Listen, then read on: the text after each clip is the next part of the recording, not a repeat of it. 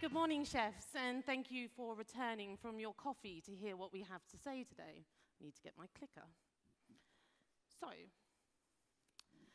first things first, thank you to Worldchefs for inviting us. We've had a wonderful warm welcome in Kuala Lumpur. It's a beautiful city. The people are incredible.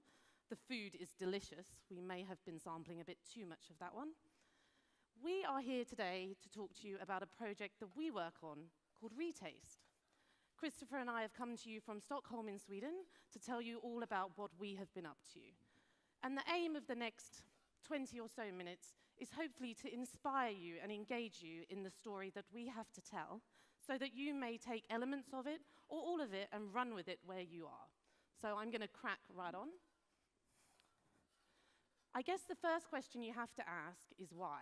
And I know we've talked a little about this morning, so I'm not going to spend too much time on it.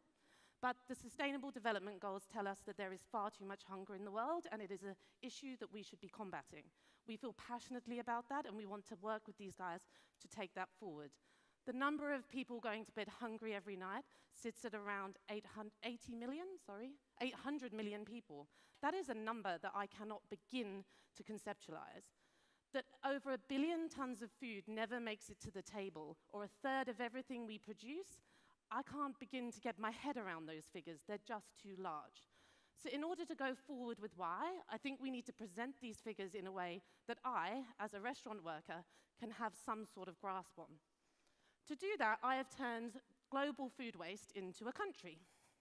Let's say all the land that we use to grow food is all in one place. That country would be the second biggest country in the world. So sitting behind Russia and ahead of China is what I'm calling food waste land. That is immense. We all know the land mass of China, and we're going bigger than that with food waste. Global emissions, that's been on the agenda and conversation for a couple of decades now. We know we must cut carbon emissions. If global food waste were a country, it would be the third greatest greenhouse gas emitter in the world. That is bonkers that we have such a huge problem with food waste, and that food waste is causing even more problems. Get your head around that. Incidentally, also, food waste land would be the largest user of water globally, ahead of India and ahead of China. So whilst food waste is ridiculous because people go to bed hungry, it's also causing other problems. So let's move on from that, because we've been talking about that a lot this morning, to what is Retaste. Before I get going, I'd like to introduce Christopher over here. We have worked together on this project. Say hello. So whilst we've been here in Kuala Lumpur, we have found some food waste of our own. We worked with Rick, who you just heard from, and got some waste from Tesco's and Ben's Independent Grocers. So whilst I'm banging on about Retaste for 20 minutes, Ekman over here is going to create some dishes, and then we're going to go back and see what he's done, so that we get a proper practical concept of what can be done with the waste that we collected. Okay, Retaste. What is it? Number one, Retaste is a verb. It is a doing word. I can retaste, you all can retaste, Ekman is currently retasting. To retaste is to create something delicious and valuable out of something that would otherwise be going to landfill. We're actually trying to get it into the dictionary in Sweden, because we think that this is a thing and that it needs to be driven forward. It is also a restaurant at the moment, so Retaste for us is a beautiful small space in Södermalm in Stockholm, where we have created a 16-cover restaurant that's open 2 nights a week. There we take waste food from supermarkets and try and create delicious, flavorful, attractive food that makes people think differently about what would otherwise be going to landfill. We hope that Retaste is also a red rag to you guys. It's like a bull. Come on, guys, come and get it. Think about what you can do differently with the stuff that's going into the bin. I consider it like an Instagram filter. We're putting a different filter on the way you're thinking about things so that you can turn something that was otherwise invaluable into something completely delicious. Here it is. Here's our little restaurant, just so you know where we're working. 16 covers in total. We do 2 services a night, twice a week. So 64 covers is all. That little white curtained area now has a beautiful kitchen suite in it, thanks to Electrolux, who have supported us really well. So let's look at how we have managed to reimagine the flavor of waste into a restaurant product. Who is Retaste? Let's do that first. So it's a collaboration between 2 companies. Retired Hen, which is a food sustainability consultancy where we work with restaurants all the way through to big business. Anyone who is creating food, we try and help them do it in a more environmentally sound manner. Option 2, the second part of our group, is a group called Paul Shirk, of which Christopher is a co-owner. This is them. These are the guys that are in the restaurant every day, so I thought they deserved to get a slide of their own. They're the guys that create this beautiful food and present it to our customers. We also have a number of other partners that should be acknowledged. Electrolux is up there, and the other two I'll mention are Coop and Willys. They're the two supermarkets that are supporting us. We're only open for 6 months. It's a temporary project, and from there, then we'll see how we can replicate it and drive it further forward. We'll get on to the more interesting stuff for chefs now, which is how we take that food and turn it into something tasty and delicious. Menu development. Retaste flips menus off on their head. You guys write a menu, and then you order what you need to create those beautiful dishes. What we do is drive to a supermarket twice a week, pick up some products, we've got no idea what we're getting, and then we create a menu from that. It can be highly unpredictable. One week we went and all we got was a bag of pastries and a jar of Nutella. And if you're trying to stretch that to a 7-course menu, you're in trouble. Thankfully, the next day we got an abundance and managed to make it work. So in order to kind of provide a structure and a framework to what we do, we created a series of concepts that the dishes all sit within. When you arrive at Retaste, you always get some snacks. These need to be creative, they need to be interesting, but because it's that little communal table, it also allows people to start talking about what they're eating and engaging in the food waste that we're presenting to them. We always have something pickled or fermented or preserved. We're from Sweden. Pickled fish is like a national obsession. You provide them with a pickle, they're already comfortable. But we don't pickle fish, we pickle whatever waste we get. We always use old bread in our dishes because Sweden has a wonderful baking culture. They make incredible bread and pastries I've experienced since moving there, but that does automatically mean that there is a large amount of waste. Therefore, we take that bread and reimagine it into something else, and then we always feature a signature vegetable, something that people can get excited about and understand, and see that we've done something completely different with it. I'm going to give you some examples in a moment. The dessert options always involve mature fruit. We get a lot of fruit coming through that's at peak sweetness, but it's just on the verge. Supermarkets say, don't want it, can't sell it. There may be a punnet of it with one strawberry that's gone off, and then we get an entire punnet that's perfect apart from that one strawberry. So we have great potential to work with these beautiful fruits that are just so delicious, but supermarkets can't risk keeping them on their shelves. And then we always finish with what Sweden calls a sockerkaka, or a sugar cake, flavored with some waste citrus, because there's always some old lemons and limes coming our way. So I've just put a few examples up here so that people can see what we're serving. In the top, in the middle, is our snacks options. So we've got some pickled radishes there. We've got some burnt tomatoes. There's dips that we make out of the vegetables we get, maybe some old bread, maybe some old dairy or some stock that we've created to go into it. Our ferments are there. The best thing about fermenting something is it lasts for ages. So if you get a great glut of something 1 week, it can keep going. We've got a sriracha sauce that we made on the first week that's still carrying on all the way through our Retaste menus. And the bread here, we've grind down the old bread to recreate flour that we then turn into a new pasta. It's incredible. You take something that someone's going to throw into the bin and you make something so delicious with it. Also, that flour we make pizza with. So you can make a pizza dough with your old breadcrumbs, cover it with waste vegetables, and you've got a beautiful meal. All of it would have gone into the bin. The broccoli on your screen, the florets were going a little yellow. Supermarkets aren't interested in selling it. We chop them off. We serve the stem, which is fresh and crisp and beautiful. Those florets we don't put in the bin. We put them into one of the dips that we make. They've still got loads and loads of flavor. We're just trained to not think of them as a proper product because they're slightly off the norm of what we're expecting to see. And desserts there. So you've got a soft fruit dessert in the little bowl, which we've mixed with a meringue. We get a lot of egg waste. If you have a packet of eggs and one of them breaks, supermarkets throw all 12 away. It's completely bonkers, but it makes more sense to them to get rid of the eggs than to take one out and replace it. The time is not worth the money for them. And that's our sugar cake. To partner with all of these delicious foods that the chefs make, we create a non-alcoholic beverage package. So all this waste food can also make delicious drinks. We make kombuchas that last for weeks. We make juices, we make teas. And the other thing that we have made is what we're calling the salad beer. This instance, it is non-alcoholic for licensing reasons, but we have done a delicious boozy one, which is perfect in this weather actually, because it's super refreshing. So we go through the normal beer brewing process and we flavor it with some incredible lettuces, herbs, sweet fruits, and you get this lovely, refreshing, summery ale. I am passionate, I'll admit something to you guys, I'm not a chef. I am passionate that this doesn't sit just in the kitchen. In order for us to take this forward, we need to look more broadly than just behind the pass, and we need to step across it. So we use things front of house that are also reducing waste. Our water glasses are made out of old wine bottles, and our heat mats are made out of old bottle tops. We have a wonderful ceramicist called Anna. She takes old clay that people would say isn't good enough to make a plate from. She mixes it with waste from our restaurant and produces some beautiful, beautiful dishes. The one on the left on the screen is made with crushed blue mussel shells. It gets this gorgeous blue and gold sheen to it. The bowl on the right has compost and coffee grounds through it. It gives it texture and a real pretty effect. It also means that when someone finishes their meal, we have a further conversation about food waste with them because the plate is even involved.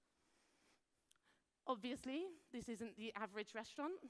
Things are a little strange. We have to roll with the punches, and there are challenges. So I thought I'd be honest with you and outline a few of those as well.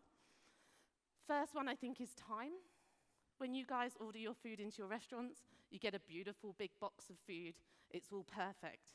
When we order food into our restaurant, it comes in all these little punnets, and it takes time for people to open them and sort through them. There's also a huge amount of plastic waste because we're receiving everything in small amounts, which is a different rant, which I won't go on to today, but it really highlights how much of our food in our supermarkets is also covered in plastic. A second challenge that we run into is getting people to engage with the ugly fruit and vegetables that have been mentioned this morning. We are brainwashed to think a carrot should look a certain way and a tomato should be perfectly round, and that's just not the reality. Whilst we try and engage people in that conversation, we also try and turn that fruit or vegetable into something tasty, and they don't even need to know it's an ugly fruit. We've made tomato lemonades, and we turn tomato into gazpacho. We don't order the premium. We can use those beautiful products that look a bit ugly and turn them into something new. We do admit we are not entirely surplus or food waste from a supermarket. We can't be. Kitchens need pantries full of salt and sugar and pepper and oil, and that is something that is rarely, rarely thrown away. But we do try and say that we are around 95% food waste. The last big challenge that we have hit is the Environmental Health Office situation. Sweden has wonderful food laws that are there to protect the consumer, and it's been a big learning curve to work out what we can do and what we can't do. So the learnings that we've had are, firstly, that we believe, and this is something that we talk about a lot, that we need a new best practice for chefs, a code of conduct and a reprogramming of our brains. We need to look at products differently and admit that whilst we were at chef school, we might have learned that only the premium should go onto the plate. Those beautiful other products that maybe aren't at what we considered their peak have value, flavor, and should be used. Secondly, finance is a big part of what we've learned, is a real positive for a model like this. We don't pay for the food that we receive. So a lot of kitchens will go, yes, great, saving us some money. We do have to go and collect it, but it's a positive for the supermarkets as well. They normally have to pay for all their waste to be collected. So we're saving them money by going and getting it, and they're saving money by not paying for it to be removed. We do, however, have to go and pick it up, which costs us time and money and labour. And it's an ethical dilemma, because we are saying that this food should be valued. It is a delicious product. And then we ask ourselves, does that mean we should be paying for it? It's not a conversation we've come to the end of, and it's something that I think will be ongoing. The last conclusion, and I think actually the most important one, is this one. That storytelling is absolutely key. To be able to share the stories of what we're trying to do is the only way that we can make a sustainable, positive change and engage people in the process. And there's a way of doing that, which is that chefs need to be comfortable and confident to leave the past and to go and speak with their guests. People are so thrilled to hear from the chef when they're in a restaurant. And someone coming and telling them a story about the old funny-shaped tomato that's created something that changes their life can be a really exciting story. Admittedly, sometimes you guys are smashing out the past and you're way too busy. So then you also need to be super comfortable and happy to share your stories with your front of house team. They're your foot soldiers and they are in the trenches every day with your guests. And I think it's really, really, really important and super empowering if you share your stories and your excitement about the products you're using with the entire team. So, what have we done since we've been here in Kuala Lumpur? Well, Rick kindly helped us, as I mentioned, with some waste, and this is what we received. So on the screen, you'll see some bread and some herbs. We got some root vegetables, the black carrots, old onions there, and also some tomatoes, capsicums, etc. And so this is what Christopher was presented with yesterday. He did a little prep yesterday and some work here today. And so now we're just going to wander over and see what we can do with this food waste. Okay. Would you like to talk us through what's gone into what? Yeah, of course. Sorry. I thought that we should start out the same way as we do at the restaurant with snacks. And snacks is easy in a way because it could be possibly anything. So out of the old potatoes, just did some quick chips. And then we got some kind of root, which I don't know exactly what it is, but blanched that and put it in a pickle brine, so would probably keep for a couple of weeks and only get better and better with time. And then we got some shallots and mushrooms, so that's the dip for the chips and the pickles, if you would like. Beautiful. Yeah. You saw a loaf of bread, and this is something we do at the restaurant almost every week because we get a lot of bread. So we created a recipe, you could say, where we use old bread like a pasta dough. So you grind bread, mix that with some new flour because you need a bit of flour to make it work, and eggs and salt. Right. And when you don't use flour, that doesn't really taste anything. If you use sourdough bread, you get a much more flavorful pasta. So it's actually upcycled. It tastes better than pasta. Yes. You heard it here first, people. We got some carrots that I guess didn't look too good. No. So just scrub those off and put them in the oven for 10 hours. So when you lost all the water out of the vegetable, if you're looking at meat, it's luxury. Yeah. But when a vegetable loses water, you discard it because it looks kind of wrinkly, but just enhance the flavor of the carrot. And then we got some tomatoes, one head of iceberg lettuce, and some herbs and zucchini. So some zucchini chips, tomato vinaigrette, raw salad, and dehydrated herbs. So that could be a dish at the restaurant, maybe. Ish. Yeah. And what would you say are the big challenges working like this? Do you worry about it not being presented as people expect, or?